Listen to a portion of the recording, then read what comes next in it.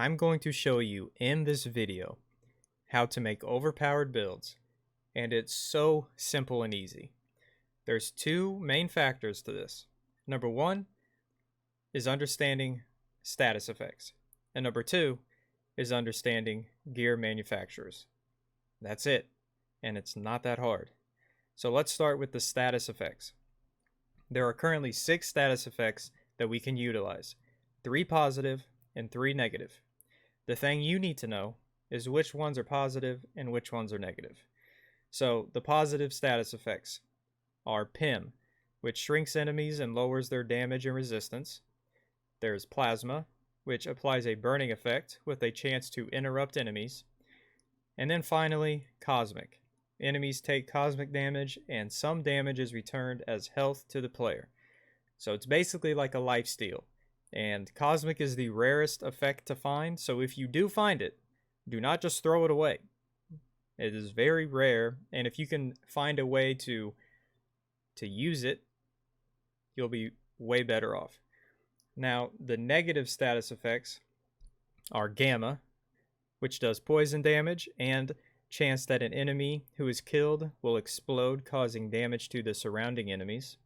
There's Shock, increased damage and higher critical chance. And then Cryo, slows enemies and lowers resistance. Now that you know what the positive and negative effects are, it's time to figure out how to use these effectively. And that would be to combine one positive effect and one negative effect together, which creates a bonus damage effect. I'm going to use Thor as an example. He has a ton of innate shock effect damage. Using Odin Force, heroic abilities, he has an endless supply of shock damage, which is a negative effect. So all I have to do is find some way to combine a positive effect to this to create that bonus damage. And that's where this piece of gear comes into play. Signature attacks do particle damage, or PIM damage, and power attacks do particle, otherwise known as PIM damage. So I can either shock the enemies, then use my signature attacks or power attacks, or vice versa. I can get the PIM damage off until they shrink, then shock them. Either way, I get the bonus damage. Understanding the status effects of each character will make this a lot easier, and learning different ways to combine these effects are a ton of fun. You can completely change your playstyle just trying to figure out how to use these. Thor's ultimate, for another example, I can either come down from the Bifrost with burn damage or cryo damage. If I use burn damage, then any shock effect will do bonus damage. Or if I descend with cryo damage, then any PIM effect will do bonus damage. I will show you this in action so you can better understand it. So right here, I shock the enemies and they glow blue, which means they are being affected by the shock status effect. Then I can use my power attack, which again does PIM damage, and you can see the bonus damage numbers in that lime green color.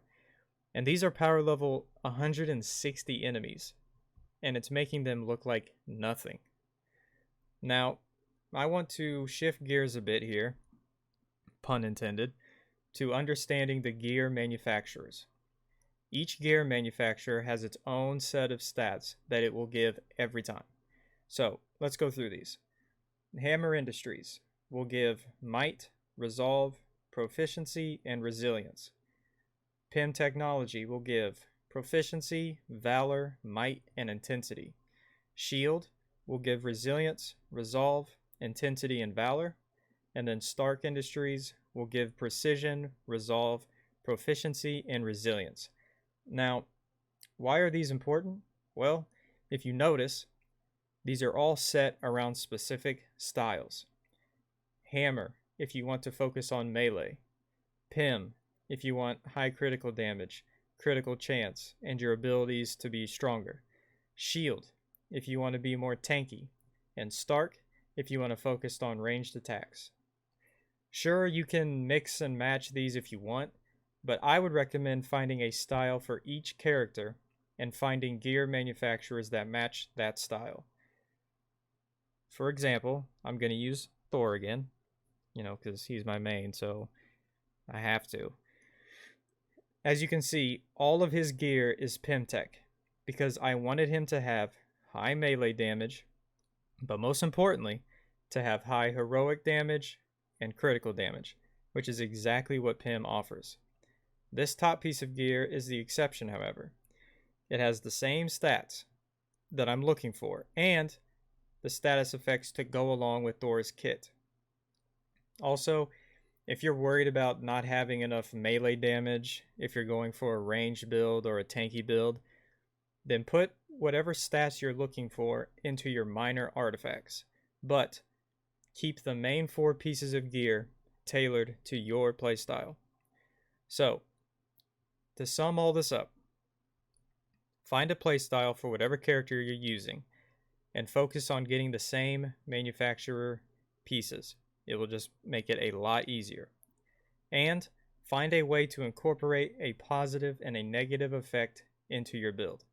It can be just one combination, like your melee light attacks do whatever negative effect, and then your ranged attacks do whatever positive effect.